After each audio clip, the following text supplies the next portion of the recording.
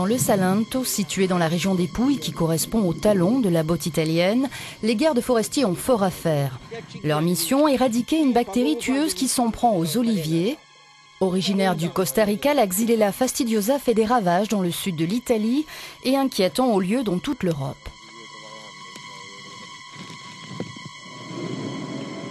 Près de Casarano, nous avons rencontré plusieurs producteurs d'olives, eux aussi unis dans un même combat contre cet organisme nuisible frappé de quarantaine sur l'ensemble du territoire de l'Union européenne. Un seul choix s'impose, couper la moindre branche suspecte, un véritable crève-cœur pour ces hommes.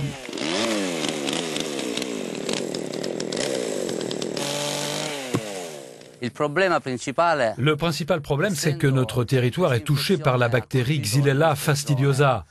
Imaginez qu'ici, dans la région du Salento, il y a 25 millions d'oliviers. Tous les ans, au printemps, l'insecte vecteur de la maladie se remet à proliférer, contaminant à chaque fois une zone toujours plus vaste. Tous ces oliviers desséchés font ressembler la région à une peau de léopard. Que va-t-on transmettre aux générations futures? Autrefois, nos ancêtres se sont sacrifiés pour faire pousser ces oliviers pour nous. Et nous, dans tout ça, qu'est-ce qu'on va laisser à nos enfants et à nos petits-enfants? Qu'est-ce qu'on va bien pouvoir leur laisser? Toute la région va finir par ressembler à un cimetière. Oui, à un cimetière. Le matin, quand on se lève, on voit de plus en plus d'oliviers totalement flétris. Pour nous, producteurs d'olives, c'est très douloureux, ça fait vraiment mal. La Xylella fastidiosa a déjà contaminé près de 30% des oliviers dans la région du Salento. Mais cela signifie aussi que 70% des oliviers pourraient encore être sauvés. Et c'est pour cela que nous, producteurs d'olives, on se bat en utilisant notre savoir-faire agricole. Pour l'heure, le sud de l'Italie est le seul endroit en Europe où la Xylella fastidiosa est présente. Fin 2013, des chercheurs ont identifié la bactérie près de Gallipoli, l'épicentre du foyer infectieux. Ces derniers redoutent qu'elle s'attaque également à d'autres types de végétaux, à commencer par les cerisiers, les amandiers et les pruniers. La journaliste d'investigation Marilou Mastrogiovanni, auteure d'une étude sur la bactérie tueuse, nous a donné rendez-vous à Bari pour nous dévoiler les dessous d'une affaire où se mêlent projet immobilier, politique et corruption, avec la mafia qui tire les ficelles en coulisses. Il y a déjà des cas précis pour lesquels le parquet a diligenté des enquêtes. Il existe des liens avec le crime organisé, le tout sur fond de spéculation immobilière. La lutte contre la Xylella fastidiosa est coordonnée par le commandant Siletti. Pour éviter la propagation de la bactérie désormais endémique du sud du pays, un cordon sanitaire a été établi, mais un nouveau foyer est à déplorer.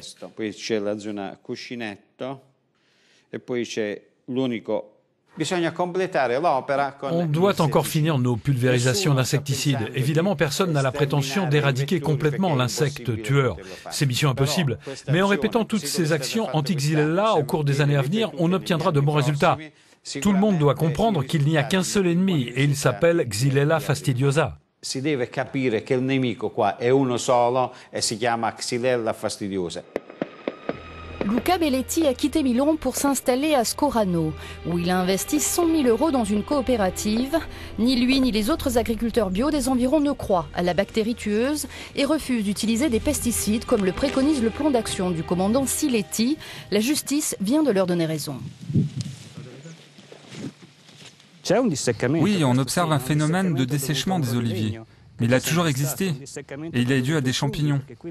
Et puis au cours des 10 dernières années, le climat a changé dans la région du Salento. Nous avons eu des étés inhabituellement chauds et des hivers très froids, beaucoup de pluie aussi. Voilà ce qui est en cause. En plus de la surutilisation de pesticides. De retour à Bari, nous nous rendons à l'Institut pour la protection durable des végétaux où des échantillons de feuilles d'olivier prélevées dans la zone de confinement sont analysés. Il existe 1500 espèces d'oliviers à travers le monde. L'une d'elles permettra peut-être à ces chercheurs de trouver la parade à la bactérie Xylella fastidiosa, responsable selon eux de la mort de milliers d'oliviers.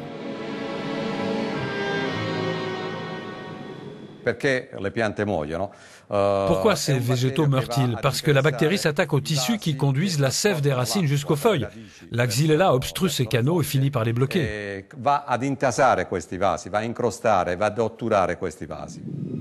Luca et ses amis ne désarment pas question de laisser les hommes du commandant Siletti et leurs tronçonneuses massacrer leurs oliveraie. Pour eux, la Xylella fastidiosa n'est pas responsable de l'hécatombe. À Oria, situé au nord du cordon sanitaire, plusieurs cas de contamination bactérienne ont pourtant été recensés, suivis de l'abattage méthodique des arbres malades.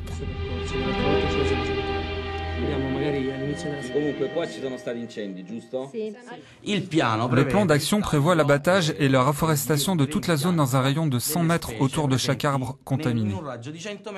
Cela va ressembler à un vrai désert.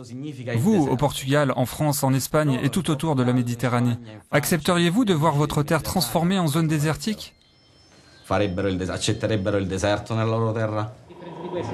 Pour venir à bout de la bactérie tueuse, encore faut-il réussir à neutraliser les insectes, dont le cercope des prés, responsable de sa propagation.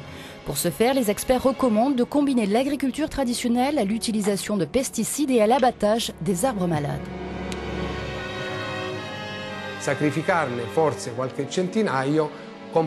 Sacrifier quelques centaines d'oliviers permettrait d'en sauver beaucoup d'autres. Et cela éviterait que la bactérie ne se propage ailleurs, en Italie et dans le reste de l'Europe. Plus au sud, voici Palmarigi et ses oliveraies millénaires. Raffaele Cazzetta, un important producteur d'huile d'olive, y possède 70 000 arbres. Pour lui, la solution passe par le regroupement des petites exploitations, ce qui renforcerait la filière. Mais il faudrait aussi reprendre en main les parcelles laissées à l'abandon.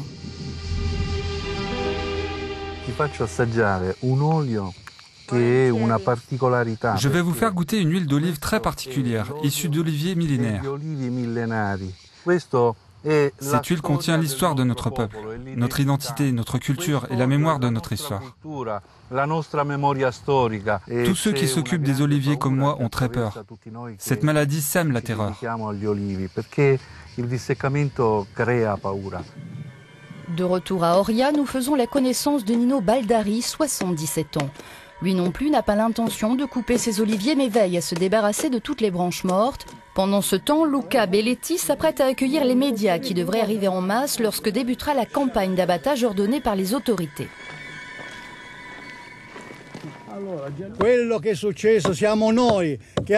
Nous sommes tous à blâmer car on a négligé nos campagnes. On a arrêté de ramasser le bois mort comme ça se faisait encore il y a 40 ou 50 ans.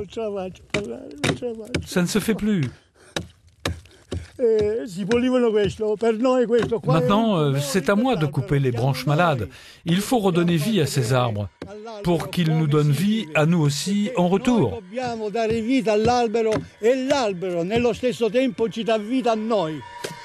La méthode alternative prônée par ces fermiers suffira-t-elle à éradiquer la bactérie tueuse? L'Union européenne semble sceptique et veut aller plus loin en recourant aux pesticides et à l'abattage ciblé pour protéger le continent de la Xylella fastidiosa.